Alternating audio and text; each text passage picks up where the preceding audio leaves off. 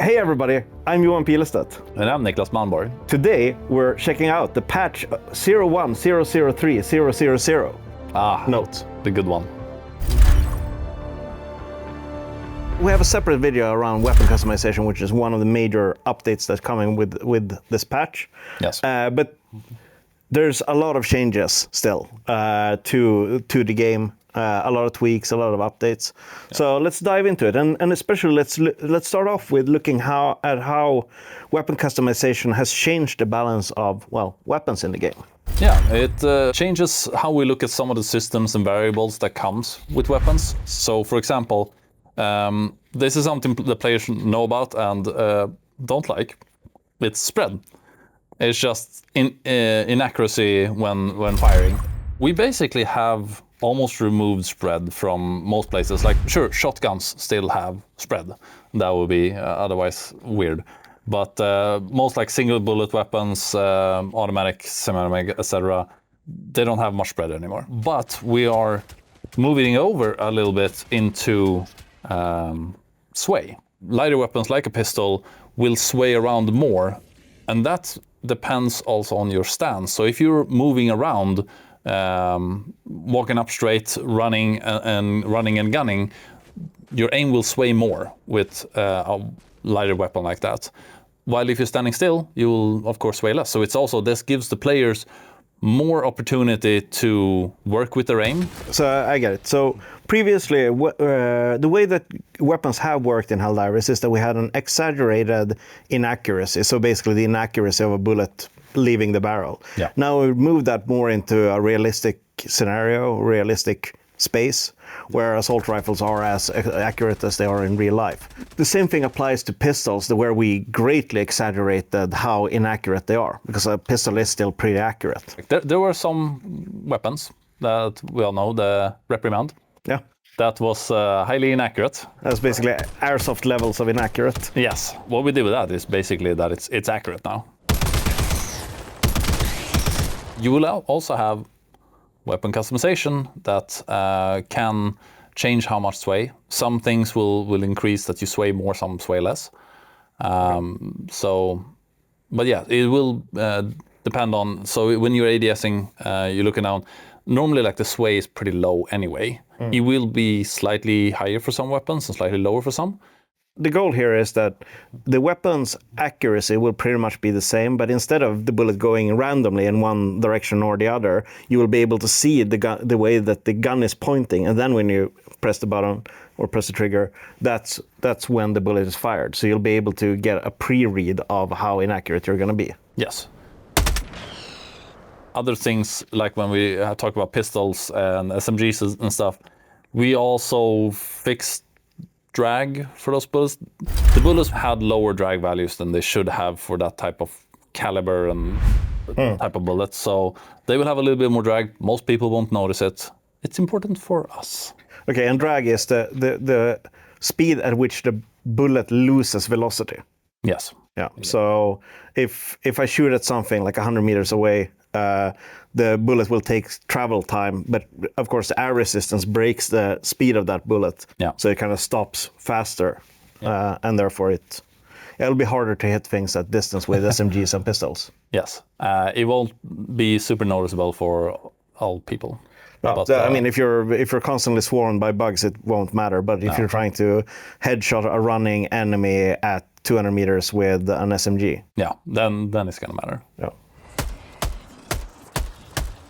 Yeah, well, let's talk a little bit about stamina cost. When you use melee weapons, you drain a lot of stamina every time you swing. We cut that in half. See how you guys feel. Like we didn't really like it, so we're just like, you should be able to swing more. It is not the biggest change around here. It just felt right. But are you not able to do a melee attack if you're out of stamina? No, you can still do it. It's just that running afterwards sucks. Coming from all the other stuff about realism, we get into a hot topic here with Shrapnel. Is it about the Eruptor again? Yes. Okay. Okay, so tell me how you changed my little boy. What did we do? What did you do to the poor little Eruptor? We just changed how shrapnel shoots out from, when it hit a surface, it was 180 degrees. We just did 360. Because of that, we did some balance changes. So basically, some weapons, the autocannon flak and the frag grenade has gotten a bit more shrapnel because, like, if you throw a frag grenade on the ground, because it's now 360, some of it will also shoot down into the ground and be useless. But oh, right. So yeah, I see how that could have had a massive effect on the Eruptor, because if you hit a target like a bot conscript, all the shrapnel would go the other direction. Yeah, it went towards you. Yeah, so that's how it's currently, how it was before this patch. Yeah, right, and it makes sense for like a hand grenade lying on the ground, where it's like we just ignore the shrapnel that hits the ground because it's not going to do anything. Yeah. But when you hit an enemy, that actually matters. Yeah. You want that shrapnel to do damage to the enemy. So now when I hit something with the Eruptor and I guess the autocannon flak and all the other shrapnel weapons, a lot of that shrapnel will just immediately hit the target that I hit as well. Yeah, it will be a 360, so some of the shrapnel will hit. A thing we did with that also is that we looked at the implications of it, and we did actually a little bit nerf the shrapnel. The armor penetration in certain angles. Shrapnel is not a great projectile type. No, that's where I wear flak vests. Yes. Or I don't use flak vests that often, but it's not great at armor penetration, especially in certain angles. We lowered it a little bit in the worst angles, which matters. So a glancing blow won't matter with shrapnel. Yeah, not on heavy armored stuff. We know that there's a lot of you out there that love the Eruptor. We're trying to ensure that it lives up to the fantasy of what that weapon is, and I think this change is going to be doing quite a lot of good for it. And there's probably going to be a lot of positive effects from this, where you glance off the shoulder of a conscript being able to hit other conscripts as well, and things like that. It feels great. It feels powerful as a single target weapon, and it feels also powerful as an AoE weapon. I think we nailed it. I think we did. And then we get into the next controversial topic, which is fire and flamethrowers. Okay. Is it a hot take? It is hot take. What bothered me was that when something was put on fire, that did very little. It took very little damage because it had to be balanced towards also putting the player on fire. So if you just increase the fire damage a lot, then the player would also instantly die. Right, because all of the enemies have so much more HP than the player. Yes. So if we want something to burn to a crisp quickly, then the player wouldn't have a chance to react to it even. Yeah.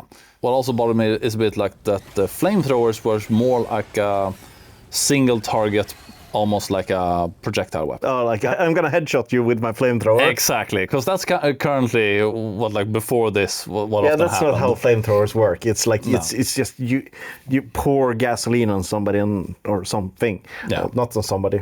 No. What we've done now is that fire damage kind of scales with the surface area of the enemy. Okay. Or like the enemy size. So if you put a scavenger on fire, it doesn't take that much damage. It's basically what it does now. But if you put a charger on fire or a bile titan, it will take a lot more damage from just burning. Plus that. But at the same time, it has a bigger HP pool, yes. So it kind of evens out to some degree. Yes, it also takes a little bit more time to actually put it on fire. And the flamethrower will do more damage to something that's bigger because it will engulf it more. Okay, but this just seems like it makes sense, right? So if I try to light something very big on fire, it will take more time than if I try to light something very small on fire. Yes. But the big thing will burn more intensely. Yes. And to also ensure that, putting stuff on fire is fun, increase the amount of magazine capacity you had in the flamethrowers. Okay. Because then you can flame more. But this also means that for all the fire grenades and napalm and all that stuff, that just burns hotter. That is just like a straight buff of fire damage. Yeah, so everything that has an instantaneous, this will set something on fire, that's going to do more damage through the damage over time that the fire is causing. Before there was like values for putting stuff on fire was basically just set to put everything on fire instantly, don't care about how big it is, which was also true for something like the Breaker Incendiary. If I get this right, previously, one pellet from everything is set from the breaker is set anything on fire, but now it requires more pellets. Yes. Okay. But for larger targets, and for smaller targets, it requires less pellets. Then it's gonna be roughly kind of the same as it was before. Okay. So it will be, in some ways, a nerf, but at the same time, when stuff is burning, it'll take more damage. So that's a buff. Yeah. Hopefully, we juggled this right. Okay. Yeah. We've tuned it a little bit that it'll take a little bit more to put the player on fire. We also tuned the Automaton Incineration Core. They also got the same treatment with their fire shotgun thing. So it will require them to hit you with more pellets before you get put on fire. Okay, so it's not just one glancing little pellet hits my shoulder pad and then suddenly I'm ablaze. Yeah, so we gave the same treatment to the enemies too. Okay. To be like nice. Yeah, of course.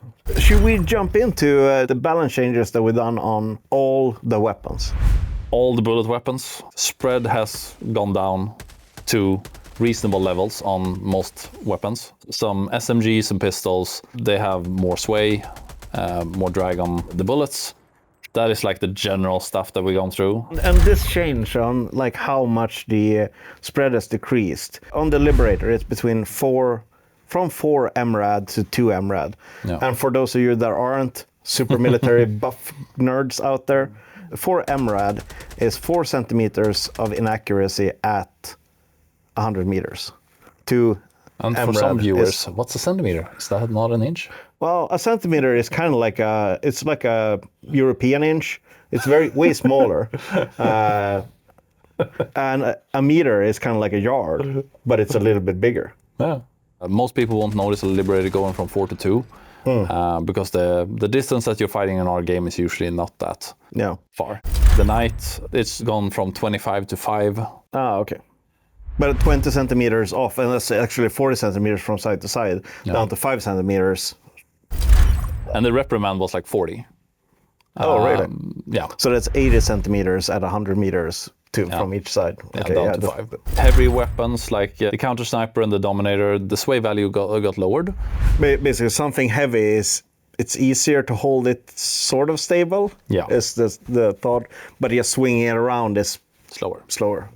Yeah, Eruptor also got an ergonomics buff. It was very low. It was minus 14 in ergonomics. And I didn't even know we could go down to negative numbers. No, I don't know. But it actually goes down negative. So it went from minus 14 to 25. Most other weapons are like in the 25 to like 90 range. Yeah. We also, with the Eruptor, we increased the fire rate so you can fire a little bit faster. Yeah. But what we did was also we fixed the animation cancel. Yeah, okay, so if you hadn't cycled the Eruptor and then swapped it back, it kind of automatically cycled for you? Yeah. That's so we fixed that it doesn't do that. So you can't animation cancel. Okay. But you can fire slightly faster now. Okay, that's cool. Something people have been waiting for. Oh, right. The Accelerator rifle. Basically, we decreased this drag, so 50% of your damage won't disappear if you shoot like 30 meters with a sniper rifle. So now the drag has been reduced to like really low values, so it basically, the projectiles don't break at all. Yeah. And therefore, it also does full damage, or more closely to full damage when it hits at long distances. Yeah. So the projectile damage will, in most use cases, be almost double. Okay. Then you have the explosion on top of it, but that should make the rifle usable. Okay, that's cool. Okay. Oh god. The Ultimatum. What was the thought pattern to tweaking the Ultimatum? So it had the damage values of the 380mm barrage. So most of the damage was actually in the projectile, which is not how this weapon is supposed to work. Okay, so it basically had the profile of a 380 millimeter orbital shell. That little grenade. Yes. Oh my god. Okay. Like the projectile damage was so much of its damage, because when you saw that the damage was 4,500, 3,500 of that was actually in the projectile, and 1,000 was in the explosion. So when players start the game now, it will look like the damage has been lowered to 3,000, but it is not worse because we doubled the explosion damage. So the explosion damage went up from 1,000 to 2,000. We lowered a little bit the inner radius of it, and this changes a lot when you try and kill like factory striders, etc. It's not as good as killing factory striders. It is basically the same as killing bile titans, and then it's just better at killing everything else. Okay, yeah. So this is actually important information for everybody out there. So when you see the damage numbers in the stat box for all of the weapons, if they have an explosive component, those damage values are added together. Yes. So the tweak to this, to the ultimatum, is that the explosive damage have been doubled. So it means that within this massive blast, you can cover a lot of enemies at twice the damage. Yeah. But from the projectile impact, that damage is lower. Yep. So the total damage of when you hit something is lower, but the collateral damage on everything is going to be much higher. Yes, and also when you hit something big, an explosion hits a target several times. So if you fire at a charger, the explosion actually hits it like 4 or 5 times. All right, they will rip all legs and head and butt and so forth. Yeah, and that damage is doubled. Okay, so it does big boom. And then some things have come down, like the demolition strength, I see here, has come down from 50 to 40. What does that mean? Yeah, that means so you can't destroy like stratagem jammer towers with it anymore. Oh, okay. And we fixed so it's now affected by the health pod optimization booster. So you get an extra shot, and then it should feel better, but you can't use it to destroy buildings in the same way. Okay. There's also some like collateral stuff we had to do because of this. The Illuminate ships, they did not have health. They only worked on demolition strength. And now we lowered that. Ultimatum can't be used for those. So now we added health to the Illuminate ships, the landed ones.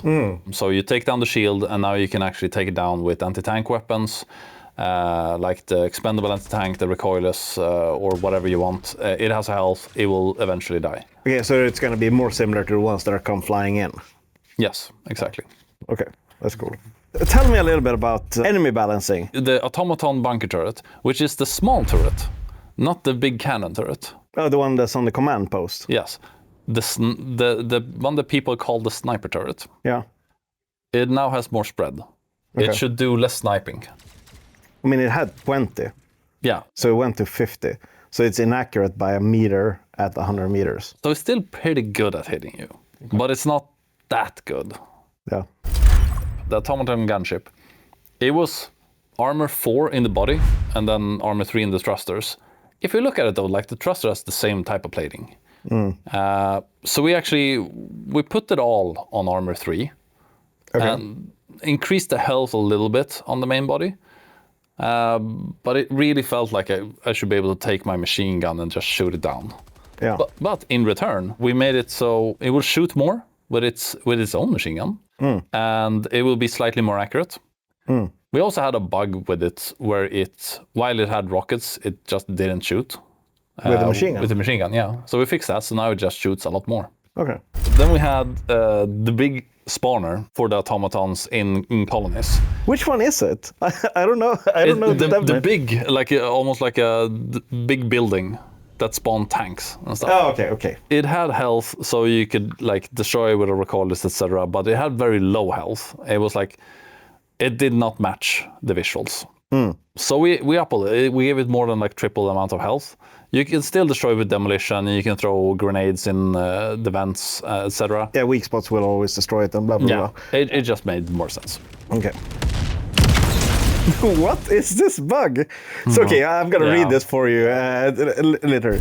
There was a bug where conscripts reloaded after every shot. It's now been fixed so they only reload when they're actually out of ammo. Yeah. How long has this been in the game? Since launch.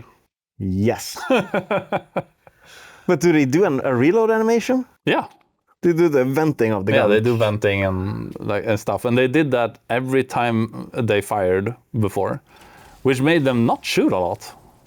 Okay, so this means that the difficulty of the automatons baseline has gone up. Yes, it's gonna be a lot more bullets in there. Cool. Yeah. And especially with the various fire patterns, some of them just shot like a single round. Yeah.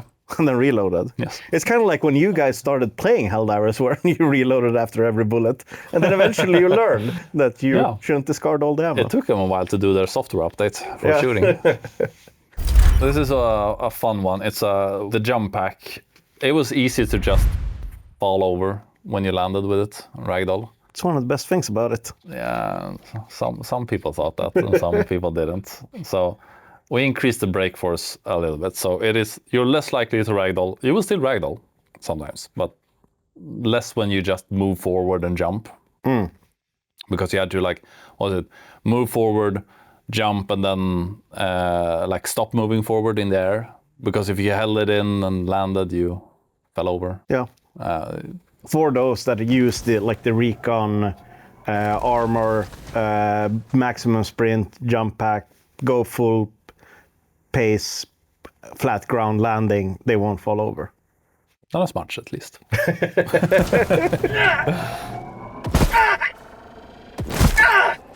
Thank you, everybody, for tuning in. If you want to check out what weapon customization is about, there's a link down in the description. And remember to smash that like button, subscribe, enable the notification bell. Nice, you got through it. I don't know. I don't know how to do that. Barely.